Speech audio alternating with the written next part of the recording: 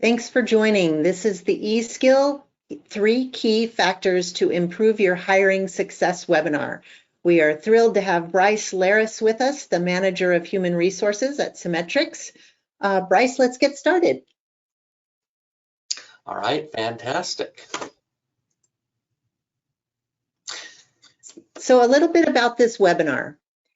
Organizations often do a really good job of hiring people who can do the job, but don't look for the other important factors like organizational fit and job satisfaction. So in this webinar, Brice is going to explore the 3 important factors to help you select the right employees your organization needs to successfully retain employees for the long term. Brice Laris with Cimetrix finds, trains, and develops the best software team in the industry as in his role as Human Resources Manager. Cimetrix is a Utah-based company, and he's done amazing things at Cimetrix since he joined. Prior to Cimetrix, Brice worked for Rocky Mountain Power as a staffing manager, HR business partner, and corporate trainer. He also worked at Discover Card in various roles, including IT, customer service manager, and senior training specialist. We are thrilled to have Brice with us today to talk about the journey at Cimetrix. Well, good morning, everyone. I'm very happy to be able to spend a few minutes with you this morning and hopefully give you some ideas that'll help you in your hiring process. So a little bit about me. I've worked in companies from as small as 5 people to as large as 50,000 people. And I've learned a few years ago that you shouldn't tell people how many years you've been in human resources, because as you start to get more and more experience, you find that they can backtrack and kind of determine what your age is, and no one ever believes that you started in human resources when you were 11.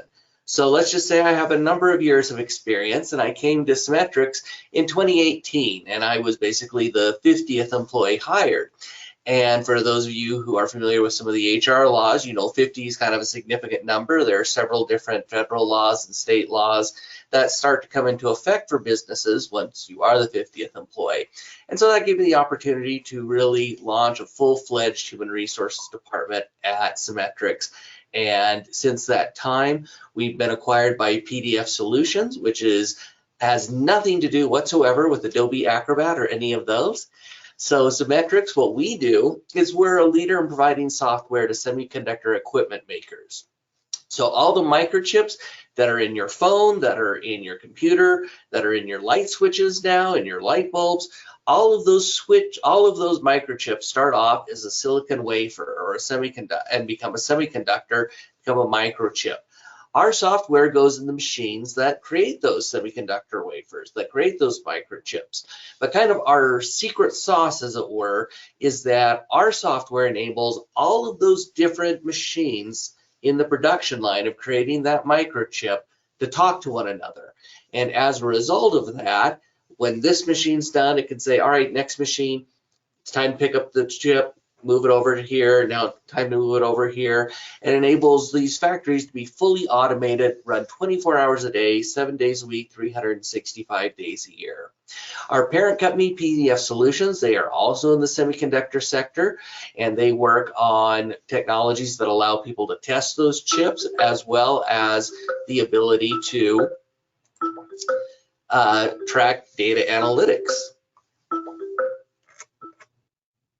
So what are some of the 3 key components to a successful hire? One of the challenges that often people face, and certainly I faced it early on in my career, is that when we think about recruiting, we tend to think about only one thing: can they do the job? And sometimes we even make the fallacy of equating a resume bullet with an actual skill. And as a result of that, we may hire people who are unqualified, people who aren't right for the job, people who may have just outright lied on their resume and said they had skills that they didn't. And of course, that creates a lot of expense in employee relations to transition the person out, and then of course to start the whole process over. And what I've learned as I've spent time in human resources is that there's actually 3 key components to a successful hire. The first, can they do the job? And again, we're trying to ascertain, do they actually have the skill? Second, will they like the job? Is this going to be something that they enjoy? And for this particular one, I always use this story. About a year ago, I had to install a new kitchen sink. I had a crack in the old one, so I was able to pull the old one out, unhook all the pipes, unhook the garbage disposal, put in the new sink, seal it, reconnect everything. And at the end, I was really proud of myself and said, yep, I've got this all done, worked great. And I thought, I guess I've got the skill to be a plumber. And then as I thought about it, I thought there would be, very few jobs that I think would be more difficult and harder than being a plumber 8 hours a day, 5 days a week. It's just something that absolutely did not appeal to me. So it wasn't a matter of I didn't have the skill, it's I didn't have the desire. And sometimes that's a mistake we make. We go through and we hire someone because we know they can do the job, but we fail to really ascertain, is this going to be a job that they're going to enjoy in the long term? We'll talk more about all of these points a little later in the presentation. And finally, will we like working with them? It's very important to make sure that the person who's going to come in is someone you're going to want to see every day. Because if you guys can't get along in the interview, you're going to really have a bad time when the person actually reports to you and you're trying to expect work out of them, and they may have different expectations around that. So we'll talk a little bit about culture and what we do and how we enable the process to determine, are we going to enjoy working with them? So the hiring process that we've adopted at Cimetrix is a little lengthy. It's a little more detailed than a lot of other companies I've worked for. It might be more detailed than what you're used to, but we've found we've gotten really good results with it. So I'm going to take you through that for a little bit. First off, we start, and this is probably not unfamiliar to anyone, with a phone screen. The recruiter talks to the candidates that he or she believed are qualified, and of course they're checking for basic qualifications.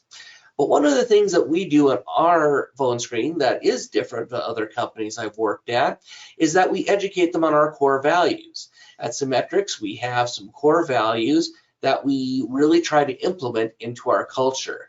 And one of the things that really impressed me when I came to Cimetrix in 2018 was the values weren't something that were just hung up on the wall and the CEO once a year talked about them and said, yes, these are important, but we don't actually ever do anything with them. I worked at a company, and I will not say which company, but they had what was called 6 core pillars, or the 6 core pillars of the organization. And they were things like environmental stewardship, employee care, and things of that nature. But when it came right down to it, I said, we really only have one pillar, and that's financial strength. Everything else is kind of like bushes that kind of sit around the pillar because we don't really care too much about these other ones. And that's what really impressed me with Cimetrix, is it wasn't we're just holding it, we have all these key values, but we only focus on the finance part. We really do try and look at all of these values, and we try and educate people in the phone screen about these values because we want them to know what they're walking into.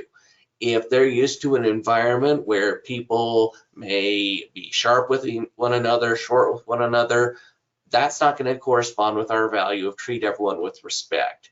If there's someone who's used to just getting things done as quick as they can, they don't care about quality, they're going to really have a hard time with our core value of deliver the highest quality products and support. And so we talk about that up front to kind of let people know this is what our culture's like. And again, this is our first chance to establish, are we going to like working with this person? Because if this person's a little hesitant on these core values, then they're probably not going to be a good match. If they don't like the values in the interview, they're definitely not going to like the values when they're an employee. And then the last thing, of course, we do in our phone screen is we look for red flags. And these red flags could be things such as gaps in employment. They might be things such as jumping from one job to another every 3 to 6 months. Now, I know what you're probably thinking, well, sometimes, there's a reason people have to jump for that. And that's exactly why we ask about it in the phone screen. Sometimes there are very good reasons, especially post-pandemic, why people may have had 3 or 4 jobs in the period of 2 years. But we want to make sure we identify that. We want to make sure it's not because they're constantly being terminated because of bad performance at those previous jobs. So once the phone screen is completed, we've decided, yep, we want to move this person on in the process. That's when we use the eSkill test. One of the things that's been a real advantage for us is that eSkills does have a whole wide gamut of different tests.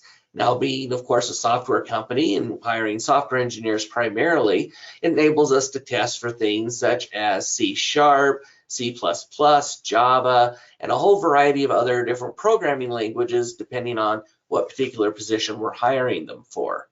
But the other thing that we've really enjoyed having about eSkills is that they also provide some tests in the areas that aren't necessarily coding. We're able to test for human resources law. We're able to test for Microsoft Office skills. And by having those eSkill tests in place, it enables us to really save a lot of time for our first interview round, because we're able to go through and screen out candidates who may have looked good on paper, but really can't do the job. If the candidate passes the eSkills test, we move on to the first interview round, and that is with the hiring manager. The hiring manager will ask some specific questions about the job. We'll try and get a feel for what their skills are, what they've worked on, and try to ascertain, yeah, this person would be a good contributor to my team, or maybe their skills, they, again, have those skills, but are they going to really like applying them in our sector? Are they really going to like the type of work they're going to be doing? And then as part of our first interview round, we also have a problem-solving assessment. Whereas eSkills establishes, do they have the basic skills to do the job? The problem-solving assessment is one that we've created that, for lack of a better term, is like a story problem in math. They're given a situation and asked, how would they solve that situation? And what we're looking for is a couple things. One, we realize not everyone's going to have the answers, but what are they going to do to find the answers? Are they going to say, gosh, I don't know, I guess I'd go ask my manager? Or are they going to say, well, I would go out and I would Google how to find this process. I'd find a tutorial on YouTube. I would go and subscribe to a software training service. I would ... What we're looking for is to see, can they solve the problem? Because we're not looking to hire people who are going to come in and we are going to have to direct each and every aspect of their work every day. We're looking for people that we can give a problem and say, go find a solution. And that problem-solving assessment helps us to be able to determine, do they have those basic problem-solving skills to enable that to happen? If our first interview round goes well, we will bring them back for a second interview round. And in the second interview round, one of the things we're looking for is relationship building ability. We have them meet with a couple of different senior managers in other departments and try and determine, now, do they have the skills to be able to cross over? Do they have the skills to be able to talk to other people who aren't inside their particular niche? It's a stereotype, but it is software engineers, and sometimes there's a reason for stereotypes. They tend to be very focused. They tend to be a little more insular. They tend to be more introverted. But that doesn't necessarily mean that they don't have the skill to be able to build relationships, that they don't have the ability to be able to influence others. One of the things that's very important at our company is being able to find people who are credible, who can build their reputation, who can lead, not necessarily because they have a job title, but because we have confidence in what they say and what they do. And that's what we're trying to ascertain with relationship building ability. We're trying to determine, if they don't have the answer, how would they work with other departments to get the answer? We then take them out to lunch. We go to lunch with their team and the people that they would be working with every day. And this gives us a chance, we send them out to a restaurant, they sit down, they have lunch, and have kind of a casual type of interview where they get to know one another. And what we've found is this really helps with team cohesion. Because if the situation's awkward, if people aren't able to connect, if they aren't able to build that team cohesion over a simple lunch, or at least the basics of it, it's going to possibly create problems later when they're actually an employee. One of the things that's important to us, one of our core values, is move forward together. And as part of that move forward together, it means that we're helping one another, that ideas can come from anywhere. And if people aren't able to buy into that value, if they are used to working on their own, sitting there in a cubicle doing only what they do and not really considering the impact to those around them or to the company as a whole, they're probably not going to be successful at our company. And then the last thing we do, the second interview round, is a kind of a formal check to see, are they really going to enjoy the job? And for this particular step, we use a process out of a book called Organizational Physics by Lex Sisney.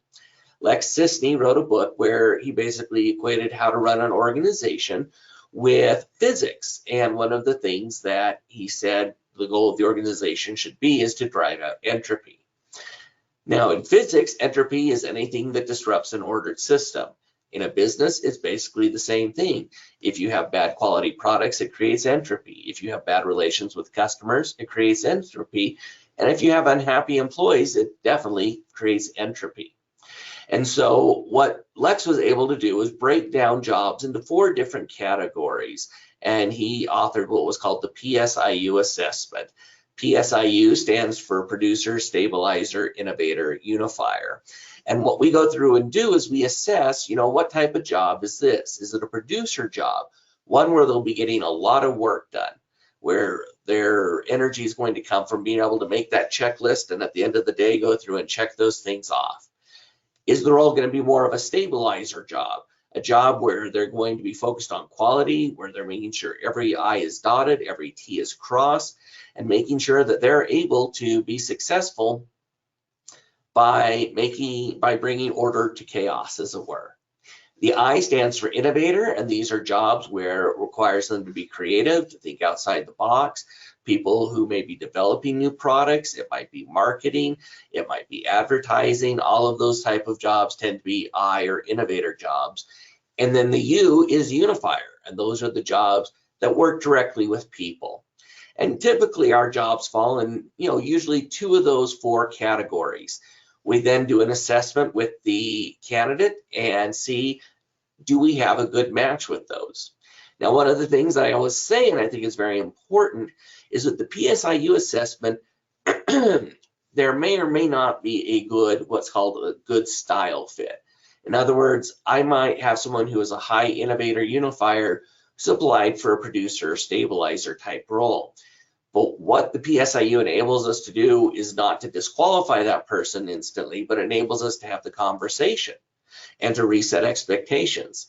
So I might go and talk to that person and say, I know you really like working with people, you want to be creative, but in this job, you're really going to be focused more on writing code. Quality is going to be a big deal. Is this really going to be a job that you're going to enjoy long term? And we find that when we have that conversation with people up front, it helps clarify their expectations and helps make them realize, yeah, this might not be the right job for me. Why is this so important? In our industry, there's a lot to learn. I have been here since 2018, and I'm still learning something new every day because the semiconductor industry is the technology industry. The technology industry is constantly in a state of change. It's constantly in a state of growth. So the things that I knew 10 years ago have completely changed now. So what we need to do is hire people who are going to be able to come on for the long term to learn everything about our industry and then want to stay there. If we have people who leave every 3 months, 6 months, or a year, that's going to cause some issues because we're going to have to start that training process all over again to get them up to speed. Once we've gone through the second interview round, we move into what we call the draft board. And that's where we go through and review the assessments and we compare them to the baseline and other people's assessments as well. So we might have 2 or 3 candidates. We'll look at their problem solving scores. We'll look at their scores from their eSkills test. And we'll assess, who's going to be our strongest candidates from a technical standpoint. We then go through and state what do we think the pros are of hiring that person, what are the cons of hiring that person, and then each person who has been on the hiring team will go around and give a score from 1 to 5. 1 being this person is horrible, terrible, I do not want to work with them. all the way up to 5, meaning this person is going to be a star, they're going to be stellar. I can't wait for them to start. Now, typically we find when we kind of put those parameters around the rating, most people are in the 3 to 4 range. You know, sometimes you'll get that unicorn who comes in who does everything on the job description and 3 things more, and they'll be a perfect 5. But if we only focus on hiring people who are 5s, we're not going to be hiring a whole lot of people, because finding those unicorns takes a lot of time. Typically, we're going to find people who are 3s and 4s. We're going to be able to come in, who are going to be successful, and we're going to be able to train them. And, you know, after a year or 2, they are going to be a 5, and they are going to be contributing 100%. And that's an ideal situation for us. We all give the feedback in that draft board to the hiring manager, and then ultimately the hiring manager makes that decision. Typically, there is not a huge deviation between what the hiring team says and what the hiring manager's decision is, because one of the things that this process does is by getting all the pros, all the cons out, by objectively looking at assessment scores from eSkills and other assessments, it really enables us to get a good picture. It really kind of gels itself into place of, yep, this is the right candidate, the person that we should hire. So we implemented this process a number of years ago, and one of the things that we've really learned from this is that it does enable our employees to stay for the long term. For those of you who are in the technology or who are in the software industry, you're very much aware of the fact that one of the habits of our, I don't like to say younger employees since I'm in human resources, so let's say our employees who are newer to the workforce, they want to usually go to a job for 1 or 2 years and then move on to something else, move on to something else. But what we've found is that if we're able to really ascertain if this job is going to be a good fit for them, they're going to enjoy the job, we're going to enjoy working with them, and they have the skill to do the job, they tend to stick around for the long term. And that's one of the things that we do take pride in, is that our engineering staff does have several years of experience with us, because they do want to be here and they do want to contribute, and they don't feel that need to go and build their skills elsewhere. One of the big wins is it reduced the time hiring managers and recruiters needed to spend with candidates. Before we had eSkills, we would have people go into the first round and do the problem solving assessment, and sometimes move to the second round before we really determined, gosh, this person, you know, they sound good and they look great on paper, but they don't really have the skill to do this job. And as a result, we've now wasted, you know, hours and hours of time of the people on the different interview teams, of the hiring manager, of the recruiter coordinating everything. And it enables us to set a goalpost right up front to say, all right, they need to be able to kick the ball at least this far. And if they can't at least do that much, they're not going to be successful in this position. So that reduced time has been a great benefit for our folks here. And then, of course, as I mentioned, it really has improved our retention metrics as we went through and started to determine, you know, are we going to like the person? Are they going to like the job? And are they going to be able to do the job? Once those 3 factors are in place, people want to stay. And we're not constantly in a process of hiring replacements as people transition out every 1-2 years. So eSkills made a huge difference for us by reducing that time that the recruiters as well as the hiring managers spend with those candidates. And it really does help us get those good candidates, the ones that can really do the job. So not the ones that look great on their resume, but the ones that can actually sit down at the keyboard and do the job that we need them to. And we feel it's helped improve our overall process, because while our process is long and enables us to find the better or the best candidates that we can, by utilizing eSkill, it enables us to save a lot of time to focus that process on candidates that we know are going to be successful with us because they can do the job, rather than going through the whole process and determining they can, or even worse, going through the process, hiring the person, and then on their first day having them give us that deer in the headlights look when they suddenly realize, oh my gosh, I'm not really able to do this job after all. So those are the 3 key factors that have made a difference in our hiring here at Cimetrix. And at this point, if there are any questions, I'll go ahead and open that up. Thank you, Brice. That was wonderful. We really appreciate you sharing the story at Cimetrix. For those of you, the hundreds of you on this webinar, please go ahead and put your questions in the chat. There's 2 sections. There's a chat section and a question section. If you'd put your questions in the chat, that would be really helpful. The first question that has come in, Brice, is do you have a minimum score candidates must get to, quote, pass an eSkill skills test? Yes. One of the important things for making sure you're able to use eSkills to pass any type of discrimination laws or discrimination lawsuits that might come up is you need to set a baseline score, and anyone who does not meet that baseline score cannot continue in the process. There's a couple reasons for this. First, if you set that baseline score, let's say it's at 70%, and you hire a male employee who only got a 65%, but we said, yeah, that's close enough. But then we had a female employee who had 67%. We said, nope, they didn't meet the baseline, they're going to pass. That's going to create the appearance of disparate treatment.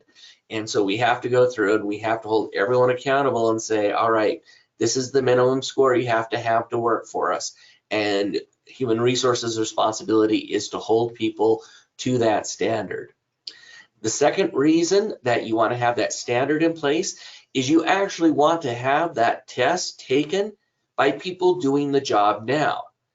If people who are doing the job now and are successful aren't able to hit that passing score, you're either asking the wrong questions or you've placed that score too high.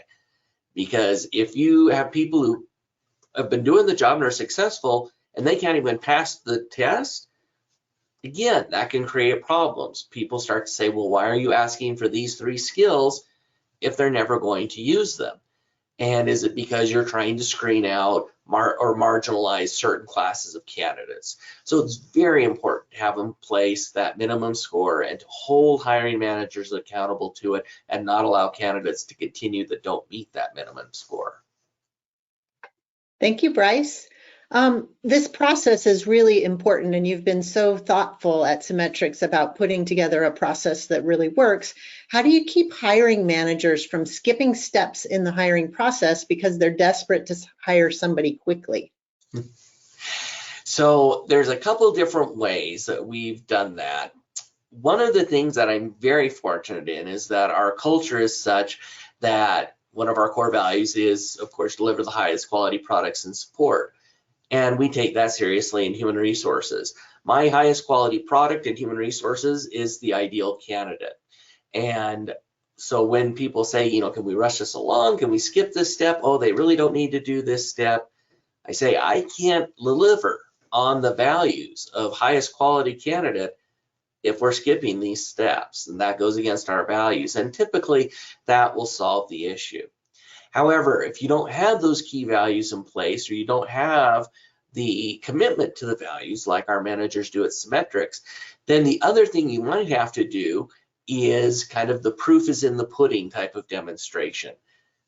Point to those managers who have gone through the process and who have had successful hires because of it, and say, look, we have Joe over here.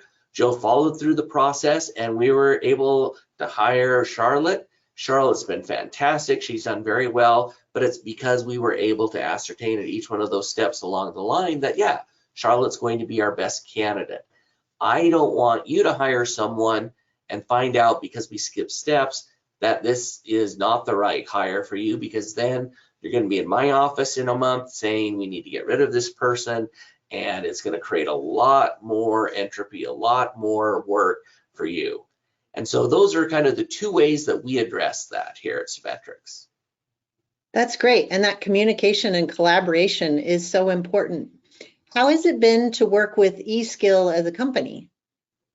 eSkill's been really good to work with. We have had no complaints at all. In fact, one of the things that I've really enjoyed with eSkill is that when we have questions or we have problems, we have a contact that we can email, and she gets back to us very, very quickly. And when we find things like, sometimes we'll have candidates who might not complete a test, or we might have our internal staff take tests for validation, eSkill is really great about crediting those tests back, so we're not having to pay for our validation. We're able to actually get that for free and determine, yeah, this is going to be the right test, so that when we are using our paid tests, it is for actual candidates for screening. That's great. Well, thank you, Brice, for sharing all of your wisdom. Your career is impressive and your process is really working. I know it's useful for everyone on the webinar. We've arrived at our end time, and so we're sorry to leave, but thank you for joining, and please let us know if you have any questions. We'd be happy to help you in your hiring process as well. Thanks again, Brice, and everyone have a great day.